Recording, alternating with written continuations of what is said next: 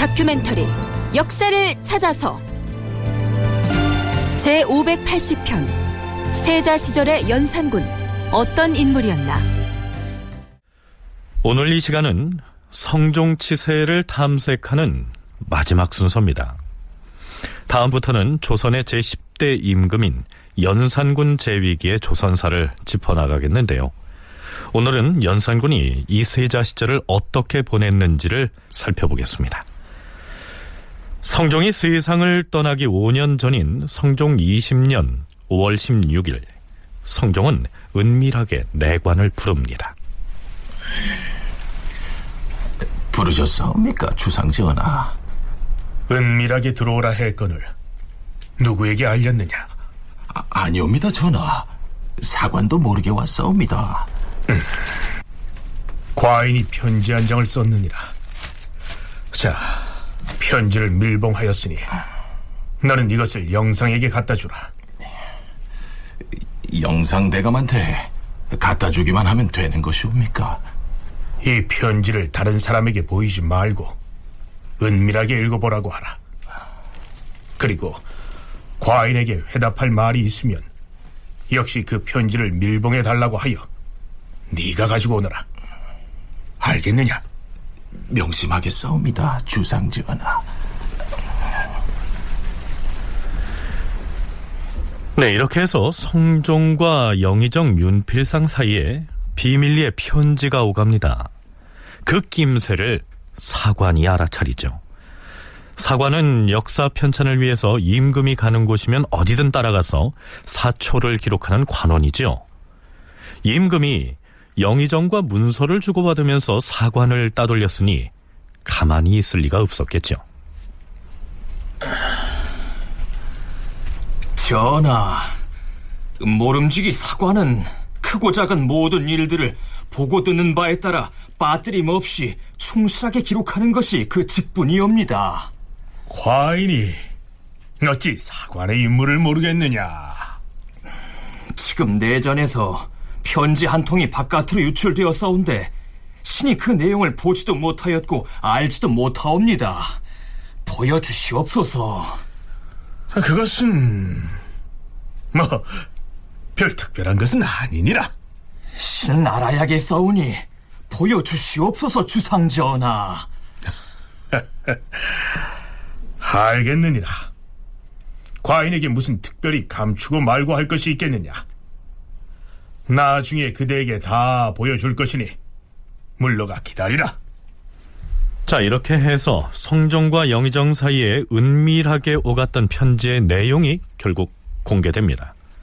그것은 놀랍게도 성종이 내린 사약을 마시고 목숨을 끊었던 세자 연산의 어머니, 즉 폐비 윤씨에 관한 내용이었습니다. 성종이 윤필상에게 내려보낸 편지의 내용은 이렇습니다. 폐비가 저지른 악덕은 이미 역사책에 분명히 드러나 있어서 온 나라 사람들이 함께 통분해하고 있는 바이다. 그러한 폐비를 표출하였기로 어찌 다시 논할 만한 일이겠는가? 임금인 내가 덕이 없어서 어진 배필을 얻지 못한 탓에 위로는 조정의 큰 덕에 누가 되고 아래로는 신민들의 큰 바람을 줘버렸으니 부끄러운 마음을 어찌 다 말할 수 있으랴. 나는 지금도 옛날 일을 생각하면 한밤중까지 두려움 때문에 홀로 앉아서 잠을 못 이룬 날이 그 얼마나 되는지 헤아릴 수가 없다. 그러니 비록 영원토록 제사를 지내지 않는다고 하더라도 홀령에게 어찌 원통함이 있겠으며 내가 어찌 폐비에게 불쌍한 생각이 들겠는가. 다만 어미가 자식 때문에 영화롭게 되는 것은 임금의 은혜이며 후일의 간악함을 방비하는 것은 임금의 정사이다. 과인은 세자의 정리를 생각하면 늘 측은한 마음을 금할 길이 없도다. 따라서 이제부터는 특별히 폐비에게 일정한 제사를 지내게 하여서 그 자식의 심정을 위로하고 영원히 감응하도록 하고자 하는 바이다. 그러나 지금 정한 것은 비록 내가 죽은 뒤에라도 영원토록 바꾸지 말게 하는 것이 어떻겠는가? 네, 이 성종은 폐비가 저지른 죄가 워낙 중해서 폐비 윤 씨를 생각하면 두려워서 잠을 이루지 못한 날이 많았다라고 했는데요. 자, 글쎄요. 성종 자신이 무리하게 사약을 내려서 죽음에 이르게 했음을 상기하면 아무래도 이 표현은 좀 과장된 것 같지 않습니까? 어찌됐든 폐비 윤 씨는 워낙 큰 죄를 지었으므로 제사를 지내주지 않는다고 해도 그 홀령이 억울해할 이유가 전혀 없겠지만 장차 보위를 이어받을 세자를 생각해서 어떤 형식으로든 제사를 지내주고자 하는데 대신들의 생각은 어떠한지 그것을 묻고 있는 것입니다. 그러자 윤필상은 노사신 등 다른 대신들과 의논한 끝에 이렇게 의견을 모아서 성종에게 전달합니다. 주상전하, 전하께서 내리신 어서를 우러러보니 그 내용이 매우 합당하옵니다. 속히 일정한 제도를 마련하여 후세에 영원토록 준수하되 바꾸는 일이 없도록 하고, 제사와 명호 등의 절목은 옛 제도를 널리 상고하여 시행하는 것이 어떻겠사옵니까? 이렇게 해서 사사된 폐비에게 제사를 지내주는 쪽으로 방향이 정해졌는데요. 그 형식을 어떻게 할 것인지를 두고 다시 논의에 들어갑니다. 사실 성종은 왕비였던 윤 씨를 폐서인해서 사가로 내쫓은 뒤에 신료들이 폐비의 집에 도둑이들 염려가 있으니 담장을 수리해주는 것이 좋겠다고 말했을 때에도 그대로 내버려 두라 이렇게 했을 정도로 매몰찬 태도를 보여왔죠. 그랬던 그가 이 시기에 와서 폐비 윤 씨의 제사를 지내주자고 나선 것입니다. 청운대 김경수 교수로부터 성종이 마음을 바꿔먹게 된 배경이 무엇인지 들어보시겠습니다. 윤필상에게 내린 성종의 어서거든요. 성종이 이제 밀봉 편지였었는데 여기서 내용 그대로 본다면 성종이 이때 오니 아들 연산군에 대한 그 아버지로서의 마음도 있고 그 아들을 낳은 어미에 대한 제사 지내는 것도 필요하다라고 하는 나름의 심적인 변화가 있었던 것으로 보여집니다. 그러니까 성종 입장에서 본다면 정말 숨기고 싶은 연산군의 생모였던 폐비의 그 사사 사건에 대해서는 숨기고 싶었겠지만 이때쯤 이제 오니 본인도 그 부분은 아닌 것 같다라는 생각이 들었고 신하들 입장에서는 그러면 제사는 모시는데 그 명호도 그 폐비에 대한 그 자코도 다시 복위시키는 얘기 나오지만 그건 성종이 아니라고 그러죠. 그런 걸로 봐서는 인간적인 정리에서 성종이 조금 마음이 돌아선 게 아닌가 하는 이런 생각이 듭니다. 자, 그렇다면 제사를 지내는 격식은 또 어떻게 정해질까요? 우선 성종은 대신들에게 이렇게 주문하죠. 과인이 생각하기에는 단지 제사의식만 정하면 되지 어찌 명호를 따로 정할 수 있겠는가? 만약 명호를 더하려고 하면 이것은 바로 추승하는 것이더니 그것은 그릇된 것이다. 죄 지은 사람이니 제사나마 받는 것으로 족하다 할 것이다. 결단코 명호를 더해 높이는 것은 불가하니 경들이 제사의식을 의논하여 과인에게 아뢰면 내가 보고 결정을 할 것이다. 죽은 폐비 윤 씨에 대한 호칭이나 지위 이런 것들을 따로 정해서 규정하지 말고 그냥 폐비 윤 씨란 이름으로 둔 상태에서 제사만 지낼 수 있는 방법을 강구해보라 이런 얘기입니다. 그래서 결국 이렇게 정해지지요. 성종이 최종적으로 예조에 내린 교지의 내용을 살펴보시죠. 폐비의 악덕에 대해서는 새삼 다시 논할 필요도 없을 것이다. 어찌 다시 논할 수 있으랴. 그러나 세자의 정리를 돌아볼 때 측은함이 있으므로 지금 특별히 그 묘를 이름하여 윤씨지묘라 하고 묘지기 2인을 정해서 돌보게 할 것이며 소재지의 수령으로 하여금 절기마다 제사를 드리도록 해서 자식의 심정을 위로하고 홀령이 감응하게 할 것이다. 그러나 내가 죽은 뒤에도 영원토록 고치지 말고 아비의 뜻을 지키도록 하라. 제사는 지내주되 신주를 만든다든가 아니면 사당을 짓는다든가 이런 것들은 금하고, 다만 이제 제사를 통해서 그의 홀령을 이제 위로하고 연산군이죠. 이 세자의 어떤 명분들 또는 세자의 그 미언을 살려줄 수 있는 그런 정도의 타협책이라고 할까요? 그런 방향 설정들을 성종 스스로가 윤필상이라고 하는 제상을 통해서 지침을 내려준 것이라고 얘기할 수 있습니다. 그러니까 최종적으로 결정된 내용을 정리하자면 폐비의 묘에 윤씨 지묘라고만 쓸 것, 그리고 묘직이 2사람을 보내서 관리하게 하고 관할 지역의 수령으로 하여금 절기마다 제사를 지내게 할 것, 대체로 이런 내용입니다. 성종은 특별히 자신이 죽고 난 뒤에도 이러한 규정을 절대로 고치지 말라고 못 받고 있는데요. 자, 과연 연산군 치세에도 이 규정이 그대로 지켜질까요? 자, 그럼 이제부터는 연산군의 세자 시절 얘기를 해보기로 하지요.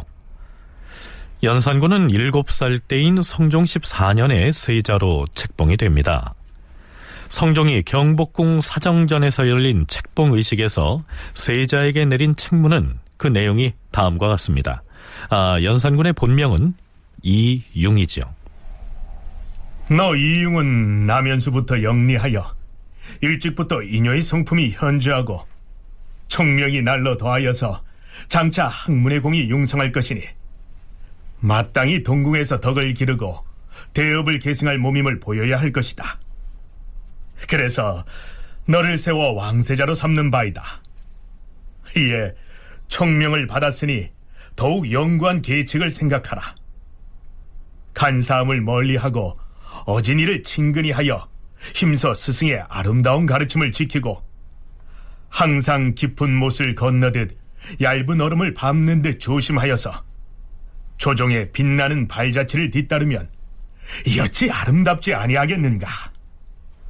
부왕인 성종은 연산군을 세자로 책봉하면서 이렇듯 아름다운 덕담으로 칭송을 하고 있습니다.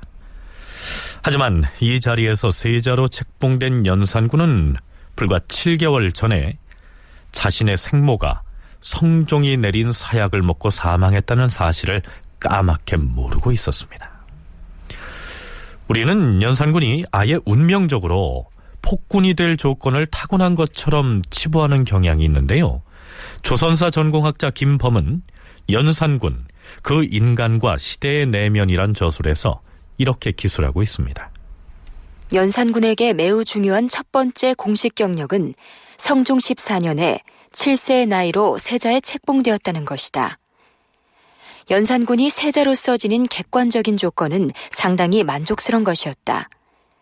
무엇보다 그는 적장자였고 성종이 사망하기까지 11년 동안 세자로서 국정에 필요한 여러 사항을 충분히 훈련받았기 때문이다. 유일하지만 중요한 결격사항은 어머니가 사사되었다는 것이다. 아버지가 어머니를 강제로 사망시켰다는 것은 아들에게 분명히 커다란 충격이었을 것이다.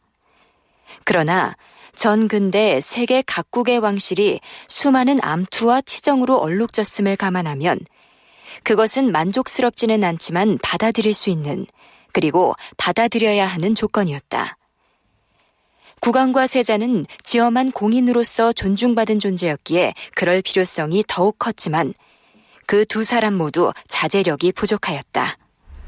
아버지에 의해서 어머니가 사사됐다는 그 사실이 물론 결격 사유이긴 했지만 연산군이 공인, 즉 국왕으로서의 자제력을 발휘했더라면 폭군이 아니고 좋은 임금이 될 수도 있었다는 얘기입니다. 연산군은 만 7살에 세자에 책봉이 됐고요. 이태 뒤인 성종 16년에는 세자를 위한 동궁이 건립됩니다. 다음해인 성종 17년 1월 2일, 이때 연산군은 만 11살이 됐는데요. 그해 1월 2일에 상당부원군 한명회가 성종에게 이렇게 보고하죠. 전하, 왕실의 전통을 상고해 볼 때 세자는 10세에 입학을 하고 11세가 되면 납빈을 하였사온데 지금 동궁이 10세가 지났으니 청컨대 고전을 상고하여 행하게 하시옵소서. 동궁, 즉 세자인 연산군을 성균관에 입학시켜서 공부를 시작하게 하고 세자 빈도 맞아들여야 한다. 한명회의 건의사항이 이러합니다. 그런데요, 이에 대한 성종의 반응은 이렇습니다. 경의 말이 다 옳습니다. 예전에는 8살이 되면 입학을 하였으나 사람마다 기질이 같지 않아서 지금의 동궁은 아마도 입학할 때의 의절을 이를 듯하니 10서너 살이 되기를 기다렸다가 입학시키고자 하오. 세자비를 드리는 건 역시 마땅히 해를 더 기다렸다가 할 것이오.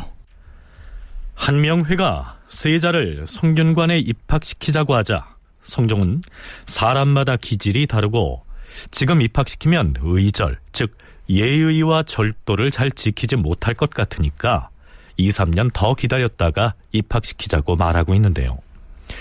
자, 성종이 이렇게 얘기한 정황을 놓고 폐비 문제를 연결시켜서 분석하는 견해도 있습니다. 무슨 얘기냐면요, 연산군이 성균관에 입학할 경우 아무래도 외부 사람들을 만나게 될 것이고, 그렇게 되면 어머니의 죽음에 관한 비밀을 알게 될 것이 두려워서 입학 시기를 늦추자고 했을 것이다. 이런 견해죠. 이에 대해서 송웅섭 연구원은 그것은 세자의 성균관 입학 예를 잘 몰라서 하는 얘기라고 일축합니다. 왕세자는 성균관의 입학 예를 통해서 자신이 유교적 가치를 지향하고 왕도 정치를 지향하고 있다는 것을, 그러한 가르침을 배운다는 겸손한 자세를 표방하는 하나의 상징적 의례라고 할 수 있습니다. 그러니까 이런 의례들을 시행해야 되지 않겠는가라고 얘기했을 때 성종의 입장에서는 조금 더 이렇게 지나도 무방하지 않을까, 세자가 좀 더 이렇게 나이가 차고 거둥에 있어서 예의를 잘 지킬 수 있는 소양들이 닦여졌을 때 하는 것도 뭐 큰 무리는 되지 않는다, 뭐 이런 정도의 발언인 것 같아요. 그렇기 때문에 성균관에 입학을 해서 뭐 주변 사람들로부터 뭐 폐비에 대한 이야기를 듣고 하는 거는 좀 이 예 자체를 잘 모르고 가서 뭐 맨날 왔다 갔다 하면서 그 연산군이 이제 세자가 성균관 사람들을 유생들과 이제 접촉을 할 거라고 이제 그런 건데, 그렇지 않고 세자가 성균관에 입학하는 입학예는 일종의 일회성 행사이기 때문에 성균관 유생들과 뒤섞여서 공부하는 것으로 이것을 해석해서는 안 된다는 것입니다. 그렇다면 성균관 입학 예를 행한 다음에는 어디에서 공부를 할까요? 서연이지요. 그렇다면 연산군이 서연에 나가서 공부하는 중에 폐비 이야기를 들을 수가 있어서 성종이 그걸 경계했을까요? 청운대 김경수 교수의 얘기입니다. 그러니까 원래 이제 세자가 되면 서연이라고 하는 세자 교육기관이 만들어지고 거기에 서연관들이 배치가 되는 것은 기본 뭐 조선 유교 군주학, 제왕학이라고 하는 측면에서는 반드시 필요한 건데, 그거를 뭐 그래서 가지고 서연관들이 연산군에게 그 자기 생모 이야기를 전달할까 싶은 그런 우려를 했을런지는 모르겠지만, 그거 아니어도 들을 수 있는 루트는 엄청나게 많았을 것입니다. 근데 이제 실제로 연산군이 학문이 떨어져서 그랬다라고 보기는 어렵고, 그러니까 성종이 도대체 왜 그랬는가 하는 것은 농담 비슷하지만 성종한테 좀 한번 물어보고 싶은 생각이 들기는 합니다. 도대체 왜 그러셨습니까 하는 생각이 드는데, 네, 연산군이 자질이 떨어져서 그랬을 것 같지도 않다는 것인데요. 하지만 성종실록에는 세자인 연산군의 학습 능력에 대해서 다소 부정적으로 서술해 놓은 기사들이 여러 군데 등장합니다. 세자의 성균관 입학 예를 뒤로 미루었다고 해서 세자가 이전까지 글 공부를 하지 않았느냐 하면 그건 또 아니었습니다. 성종이 한명회와 세자의 공부에 관한 얘기를 나눈 직후의 이 실록 기사에는 이런 내용이 올라있죠. 성종 17년 4월 10일 김겸광을 세자 좌빈객으로 삼고 유지를 세자 우빈객으로 삼았다. 세자에게 글 공부를 시킬 빈객, 즉 스승을 정한 데 이어서 그해 11월 2일의 실록 기사를 보면 세자가 공부한 내용을 소개하고 있습니다. 서연관이 임금에게 와서 세자가 논어를 다 읽었다고 하려니 임금은 전교하기를 그럼 이제 맹자를 읽히도록 하라라고 명하였다. 세자인 연산군의 공부가 본격적으로 시작된 것입니다. 그리고 연산군은 만 13세가 되던 성종 19년에 의정부 좌참찬 신승선의 딸을 세자 빈으로 맞아들입니다. 그런데요, 성종 23년 1월 19일의 기사를 보면 세자의 자질 문제가 도마에 오릅니다. 자, 성종이 승정원의 승지들과 나눈 대화의 일부가 이렇습니다. 지금 세자의 학문은 여러 생도들이 동년배들과 더불어 그를 강론하며 갈고 닦은 것과 같지 아니하다. 단지 서영관으로부터 구두로 가르침을 받고 있을 따름이다. 공부를 할 때에는 고금의 여러 사변들과 흥망이 얽힌 역사상의 자취를 알아야 하는데 세자의 나이가 지금 17살에 이르렀음에도 아직도 물리를 이해하지 못하고 있으니 과인은 이를 심히 근심하고 있는 바이다. 이후로는 서영관들이 3일에 한 차례씩 논쟁을 할 것이므로 경전에 나오는 음미한 말이나 오묘한 뜻을 상세하게 풀이하여 가르치도록 해야 할 것이니라.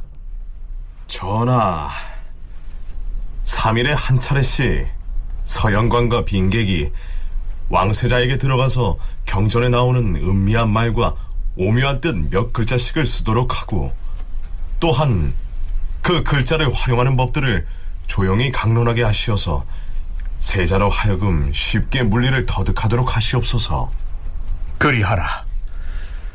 네, 쉽게 말해서요, 성종은 세자인 연산군이 아직 물리를 터득하지 못하고 있어서 동년배의 생도들에 비해서 학습 능력이 현저히 떨어지는 것을 걱정하고 있습니다.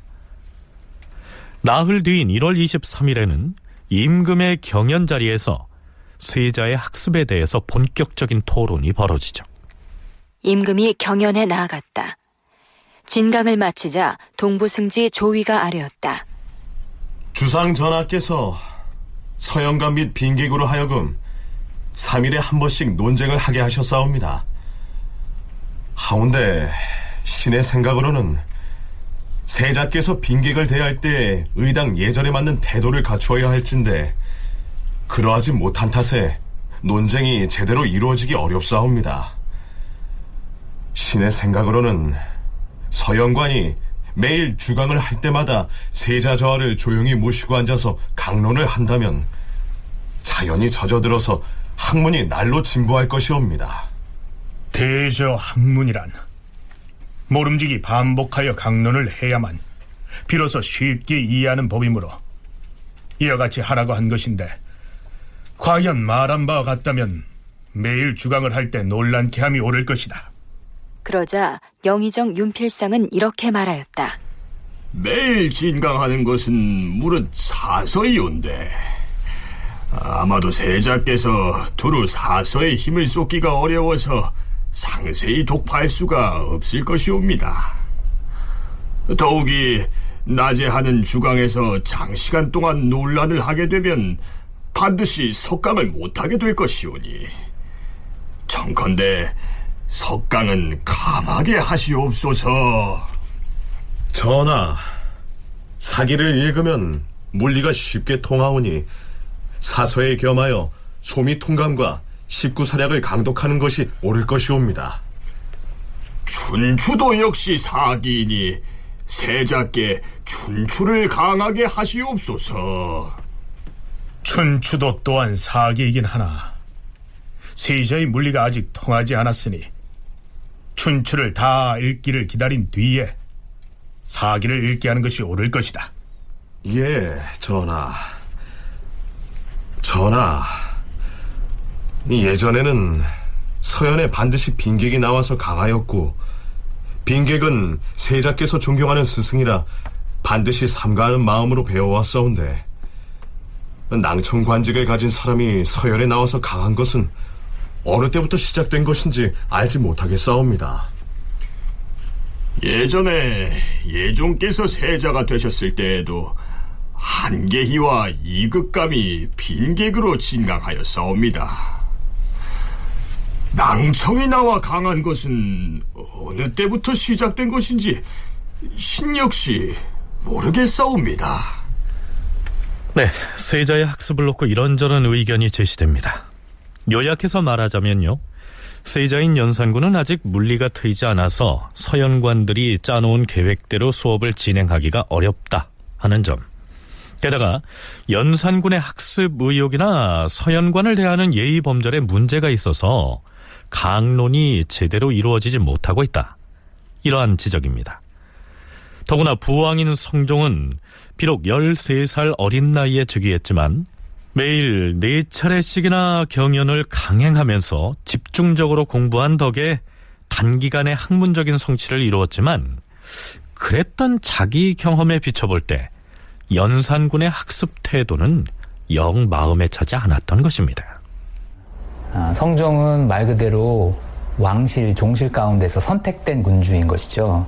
예종의 아들이었던 제한대군이 아직 그 4세 정도 어린 나이였기 때문에 대통을 이어받을 수 없었고, 그래서 세조비 정의왕후가 죽은 의경세자, 예종의 형이죠. 그 죽은 의경세자의 둘째 아들이었던 똑똑했던, 그리고 나름대로 건강하다고 생각됐던 이 그 자을산군 성종을 왕으로 이제 선택을 해서 바로 이제 즉위를 했던 것인데, 그러다 보니까 성종의 입장에서는 자기가 왕으로 선택된 것이 그릇된 선택이 아니다라고 하는 것을 증명을 해야 되는데, 그 증명했던 방식이 이런 학문에 대한 열정, 그리고 그 정치를 좀 더 공정하고 합리적으로 하려고 하는 어떤 이런 의지들, 이런 것이 오히려 성종에게 있어서는 부담이 됐을 텐데, 성종은 서열상 보위를 이을 후보자가 아닌 상태에서 정략적으로 왕위 계승 후계자로 옹립이 됐기 때문에 제왕의 자격을 갖추기 위해서 악착같이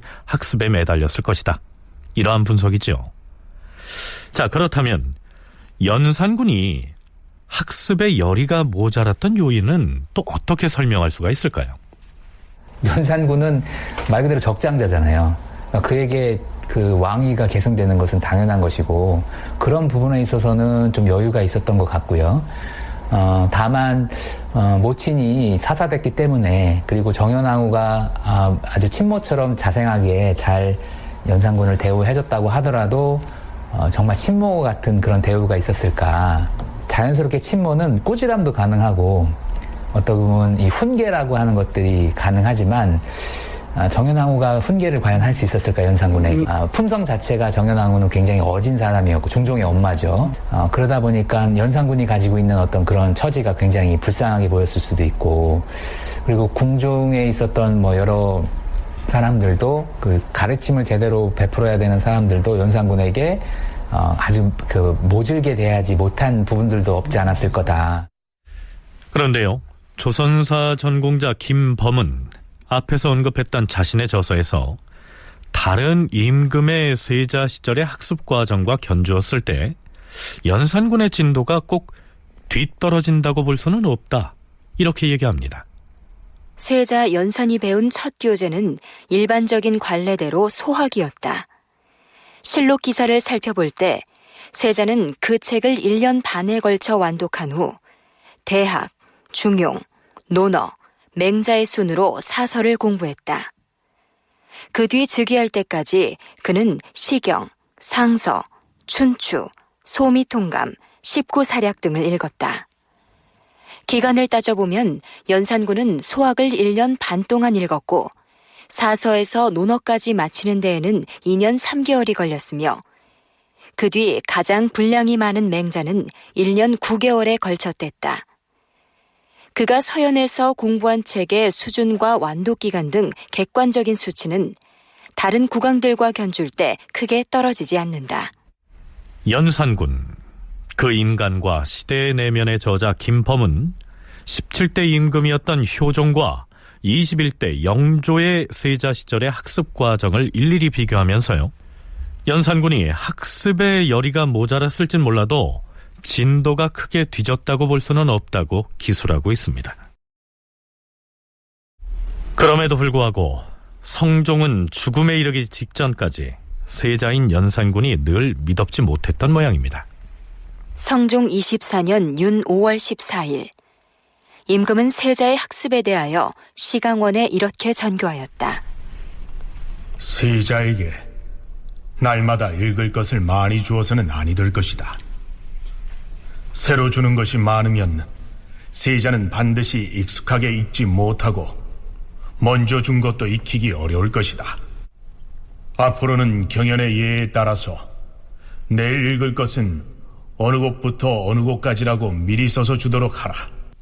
그러면 세자가 반드시 다음날 교수 받은 글을 미리 살필 것이고, 그렇게 하면 강독 받을 때 반드시 묻는 것이 있어서 옛 것을 익히고 새 것을 아는 데 있어서 더 잘 해낼 것이니라. 학습뿐만이 아니고요. 세자 시절에 연산군에 대해서 예모, 즉 예절에 맞는 몸가짐을 하지 못한다는 지적이 실록에 간헐적으로 나타납니다. 자, 그렇다면 연산군은 세자로서 지켜야 할 예법을 잘 몰랐을까요? 아니었습니다. 성종 23년 5월 28일에 중국 사신이 와서 태평관에서 달해를 행하는 장면이 나옵니다. 사신과 세자가 주고받는 대화가 이렇습니다. 명나라의 두 사신이 태평관에 이르니 왕세자도 뒤를 따라왔다.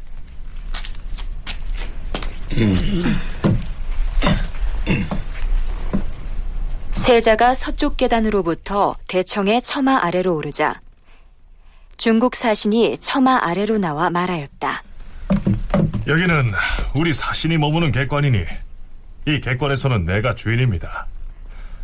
그래서 주인으로 말씀드리건대 세자께서 먼저 대청으로 들어가시옵소서. 아닙니다. 황제의 명을 받들고 온 대인이 계시는데 어떻게 감히 내가 먼저 들어가겠습니까? 세자께서 말씀하신 것이 예법에 맞습니다.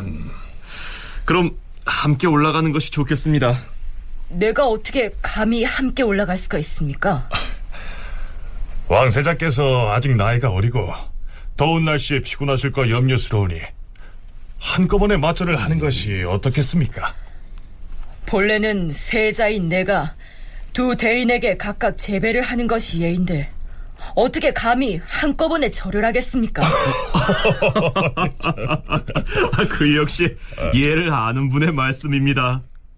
세자와 두 사신이 드디어 동서로 나눠 서서 서로를 향하여 각각 의식대로 절을 하였다. 다시 중국 사신들이 말했다. 그럼 왕세자의 자리와 우리 사신의 자리를 동서로 나누어서 마주보게 설치하는 것이 좋겠습니다. 아니 될 말씀입니다. 여기는 곧 부왕의 자리이니 세자인 제가 감히 그 제안을 받아들일 수는 없습니다. 그것도 또한 효도에 부합한 옳은 도리입니다. 그러면 잠시 뒤에 자리를 설치하는 것이 좋겠습니다. 지금 부왕께서 곧 임하실 것인데 비록 잠시 동안이라도 내가 어찌 감히 앉아있을 수가 있겠습니까? 오늘 세자께서 하신 말씀이 전부 예의에 맞습니다. 네, 이처럼 세자인 연산군은 명나라 사신으로부터 외교 사절을 맞이하는 빌례를 훤히 꿰고 있다면서 여러 차례 칭찬을 받습니다. 그러니까 연산군이 예를 몰라서 갖추지 않은 것이 아니란 얘기입니다. 연산군은 생모인 폐비 윤씨의 죽음을 아무도 말해주지 않았기 때문에 뒷날 중종의 어머니가 되는 정현왕후가 어머니 역할을 대신했죠. 정현왕후뿐만이 아니고요, 왕실의 여러 종친들이 연산군을 불쌍하게 여기는 마음이 있었기 때문에 아마도 엄하게 훈육을 하지 못하고 연민을 가지고 대했을 것이고, 그것이 연산군의 성격 형성과 혹은 또 학습 태도 등에 영향을 미쳤을 것이다. 성종 말기에 사헌부 대사헌을 지낸 손순효라는 인물이 있었습니다. 성종실록을 찬술했던 사관은 그에 대해서 이렇게 논평을 하고 있습니다. 손순효는 기량이 활달하고 거칠어서 스스로를 충신이요 효자라고 큰소리치기를 좋아하였다. 친구와 어울려 술을 마시다가 크게 취하면 갑자기 상대별곡에 나오는 임금이 밝고 신하가 곧다는 대목의 가사를 큰 소리로 노래하고 또한 잔치 모임의 기생들로 하여금 이 가사를 즐겨 노래하게 하였으며 혹은 스스로 일어나서 절을 하고 춤을 추기도 하였다. 일찍이 임금 앞에서 잘 보여서 매우 후대를 받아 지위가 높은 반열에 이르렀다. 네, 실록을 찬술한 사신은 조금 부정적으로 평가를 하고 있는데요. 어찌됐든 이 손순효라는 사람은 술 좋아하고 아무 말이나 거침없이 잘하고 성종으로부터도 총애를 받았던 모양입니다. 그런데요, 성종실록이 아닌 연려실기수를 보면 이런 기사가 실려 있습니다. 자, 과인이 모처럼 마련한 주연이 경들은 마음껏 마시고 대체해도 좋습니다. 어서 드세요. 임금이 인정전에서 신료들에게 술자리를 마련하였다. 임금이 술이 반쯤 취했을 무렵이었다. 우찬성 손순효가 나섰다. 주상전하, 전하께 친히 아뢰올 말씀이 있사옵니다. 어디 말해보라. 여러 사람들 앞에서 아뢰 말씀이 아니옵니다. 하면 이쪽 어탑으로 올라오라. 예, 전하. 손순효는 세자인 연산군이 장차 보위를 감당할 수 없을 것이라 믿고 임금이 앉아있는 단으로 가까이 다가가서 이렇게 말하였다. 전하, 주상 전하께서 앉아 계시는 이 자리가 너무 아깝사옵니다.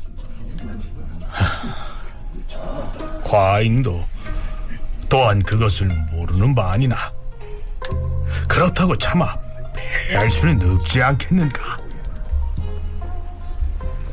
네, 손순효가 성종에게 건넨 귓속말은 장차 보위를 세자인 연산군에게 물려줘야겠는데 그 자리가 너무 아깝다. 즉, 세자는 보위를 이을 만한 제목이 아니다. 이런 말을 한 것이었고요. 그 말을 들은 성종은 뭐 그렇다고 해서 세자를 패하고 다른 사람을 세울 수도 없는 노릇 아니냐, 이렇게 대꾸하고 있는 것입니다. 손순효가 아무리 취중이었다고 해도요, 실제로 이런 말을 임금에게 건넸다면 그건 보통 사건이 아니지요. 그런데 성종도 연산군이 왕위를 물려받을 제목이 아니라고 맞장구를 치고 있으니까 이게 어떻게 된 일일까요? 그 내용이야 둘째 치더라도 신하가 임금의 귀에 대고 귓속말을 소곤거린다는 것은 군신 간의 예로 볼 때 있을 수가 없는 아주 망동이지요. 아닌 게 아니고요, 그 모습을 지켜보고 있던 대간이 나섭니다. 주상전하, 신하로서 임금의 용상으로 올라가는 것만도 크게 불경스러운 일일진데 임금에게 가까이 대고 말하는 것은 무례하게 짝이 없는 태도입니다. 손순효 저자를 당장 옥에 가두시옵소서. 손순효를 하옥하시옵소서. 그리고 손순효가 지금 비밀이 아닌 것이 무슨 말인지 말씀하시옵소서. 말씀하시옵소서. 이렇게 되자 손순효뿐만이 아니라 성종 역시 그 처지가 곤란한 지경에 놓이고 맙니다. 그래서 성종은 이렇게 둘러대죠.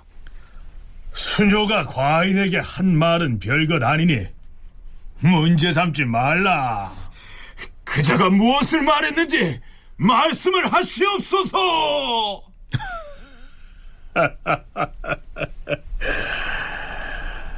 손순효가 과인을 사랑한 나머지 여색을 가까이 하는 것을 경계하고 가능하면 술을 끊으라는 말을 한 것인데 그게 무슨 죄가 된다는 말인가? 연려실기술에서는 이 대목을 두고 성종이 손순효가 한 말을 일부러 감춰준 것이다, 이렇게 적고 있습니다. 사실 연산군의 세자 시절을 이처럼 부정적으로 묘사한 기록은 아마도 연산군이 폐주가 돼서 왕위에서 쫓겨난 뒤에 만들어진 과장되거나 혹은 왜곡된 것이라고 보는 쪽이 합리적이겠죠. 새로운 정권이 등장하면 바로 전 정권에 대한 세탁 사업이 나타나죠. 이제 그 평가를 하는데 평가 좋게보다는 평가 절하하는 깎아내리는 모습들이 많이 보이는데 연산군이 과연 그렇게 물리도 안 트이고 목매하고 어리석고 학문도 떨어지고 그랬던 사람인가라고 하는 것은 한번 좀 더 살펴봐야 될 필요가 있는데 그러나 액면 그대로 보여지는 연산군에 대한 기록 내용은 안 좋은 부분이 많지요. 그러니까 주로 폭군이라고 하는 측면이 많은 것. 근데 그런 측면은 또 하나 이제 상대적 비교를 한다면 광해군 같으면 나름대로 국가 정책에서 국익이 되는 정책들을 몇 가지를 하는 그런 모습들이 보이는데 연산군에서는 그대로 찾아지지가 않습니다. 그런 면에서 더 연산군이 나쁜 쪽으로 기록이 남아있는 것은 아닌지. 조선 중기에 김정국이 지은 사제척언이란 문집에선 세자 시절 공부하기 싫어하는 연산군의 모습을 또 이렇게 기록하고 있습니다.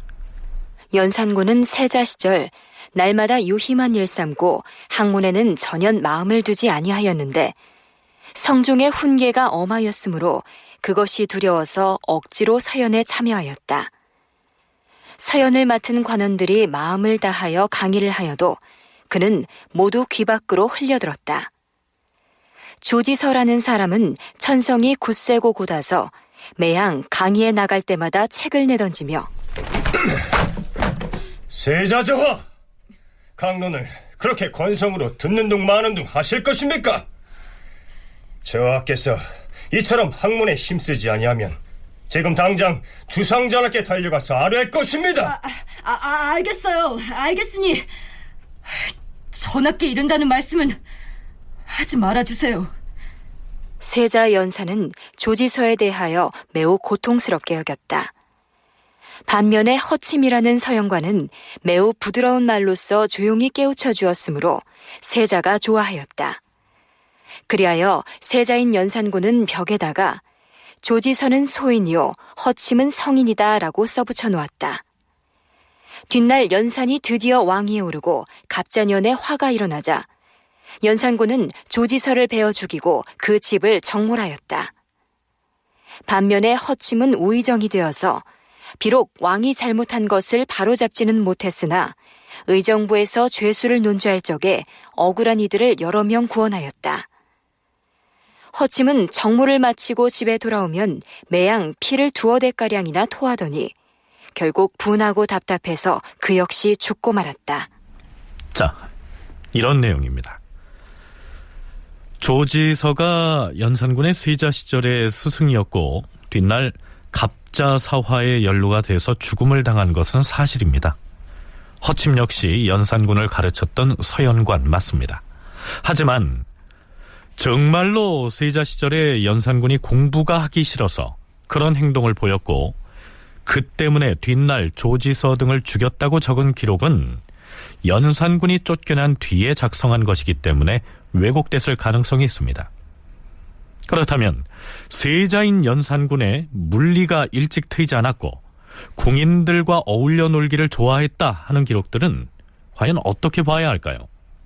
성종이 지속적으로 거의 죽을 때까지 연산군 얘기가 나오면 아직 그 학습이 부족하다는 부분과 관련돼서 우려하고 있는 이야기들이 나오고 있습니다. 그런 측면에서 봤을 때 연산군은 개인사적인 그런 아픈 사정들 그리고 동궁 시절, 세자 시절에 그런 것으로 인해서 채워야 되는 어떤 학습량들 이런 것들이 잘 안 채워졌고 스스로도 좋아하지는 않았던 것 같아요. 그래서 경연, 그러니까 서연이 끝나면 바로 이제 동궁으로 가서 궁인들과 함께 노는 모습들이 이제 언급이 됩니다. 그런 거는 이게 연산군 시절에 편찬이 된 성종실록이기 때문에 여기에 뭐 연산군을 뭐 싫어해서 과도하게 뭐 이렇게 비판하거나 아니면 폄하할 가능성은 거의 없거든요. 그런 측면에서 전반적으로 고려해봤을 때 그러니까 연산군이 국왕으로 재위했던 시기의 기록은 연산군 일기입니다. 이 기록은 연산군이 쫓겨나고 중종이 반정을 일으켜서 임금이 된 뒤에 편찬을 했기 때문에 왜곡되거나 과장됐을 수는 있지만 그의 세자 시절에 관한 기록은 성종실록에 올라 있고요. 그 성종실록은 바로 연산군이 왕위에 있을 때 편찬됐기 때문에 사실에 가장 가깝게 기록됐을 것이다. 이런 얘기입니다. 서기 1494년 12월 성종은 재위 25년째 되던 그해 막바지에 중병으로 알아눕고 맙니다. 앞서의 다른 임금들도 그러했듯이 성종 역시 이 종기를 심하게 앓았던 모양입니다. 12월 23일 파평부원군 윤필상, 좌의정 노사신, 우의정 신승선, 승지 한사문이 소동문 안으로 나아가 임금을 배웠다. 과인은 지금 몹시 피곤하다. 아침이 밝기를 기다려서 전교를 내릴 것이니 모두 물러가 있도록 하라.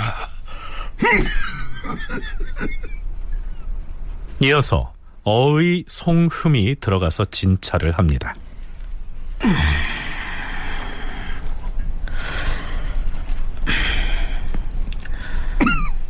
주상 전하 옥체의 배꼽 아래쪽에 큰 덩어리가 잡히는데 이것은 종기옵니다. 종기를 다스리는 약을 쓰겠사옵니다. 다음 날인 12월 24일 영의정 이극배 등을 부른 다음 성종은 결국 유언이 돼버린 마지막 교지를 내리는데요. 그 내용은 이렇습니다. 정승들은 비록 밤이 되더라도 물러가지 말고 승정원에 머물면서 모든 일을 세자와 의논하라. 그리고 12월 24일 주상 전하께서 옹사하시었사옵니다.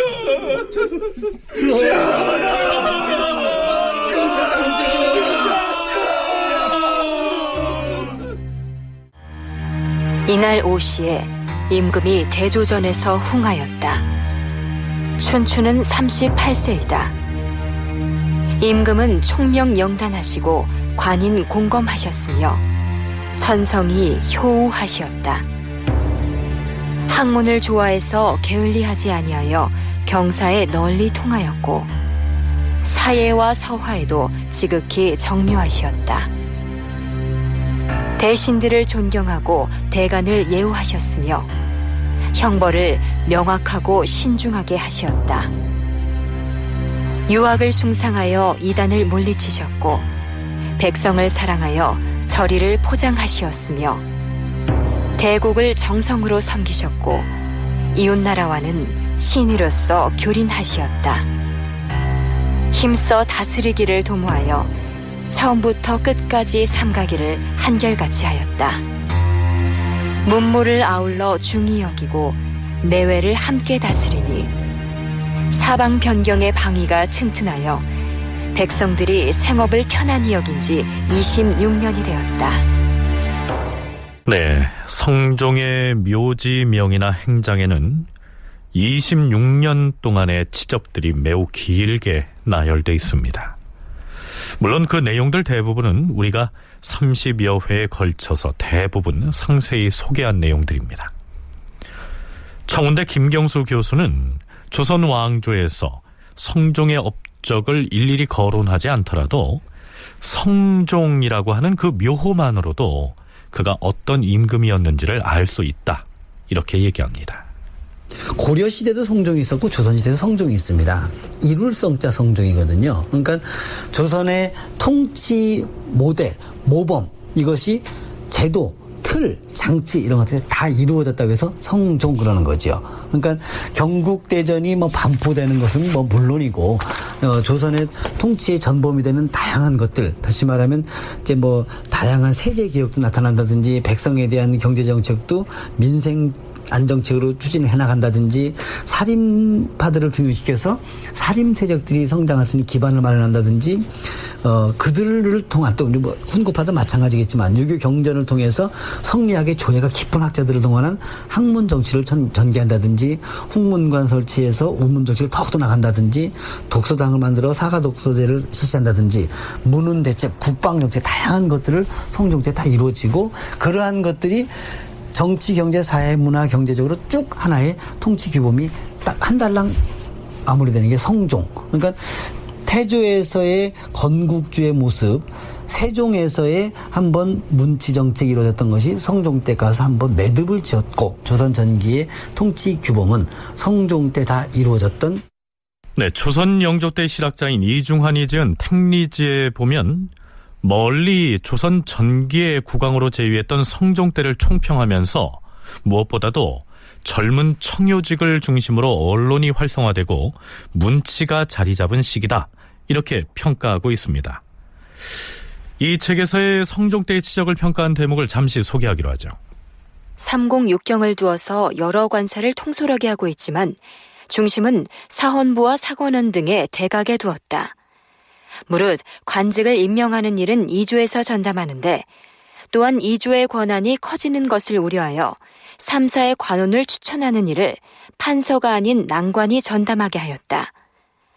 삼공육경은 그 관위가 비록 높고 크지만 조금이라도 불미스러운 일이 있으면 이조 전랑이 곧바로 3사 관원들로 하여금 그에 대해 논하게 하였다. 조정의 풍속이 염치를 숭상하고 명망과 절개를 중히 여기므로 한 번 탄핵을 당하게 되면 그 관직에서 떠나지 않을 수 없다. 이 때문에 전랑의 권한이 삼공과 비슷할 정도로 성하였다. 이것이 대관과 소관이 서로 지탱하고 상직과 하직이 서로 견제하여 300년 동안 권력을 남용한 간신이 없고 근심이 없었던 이유이다.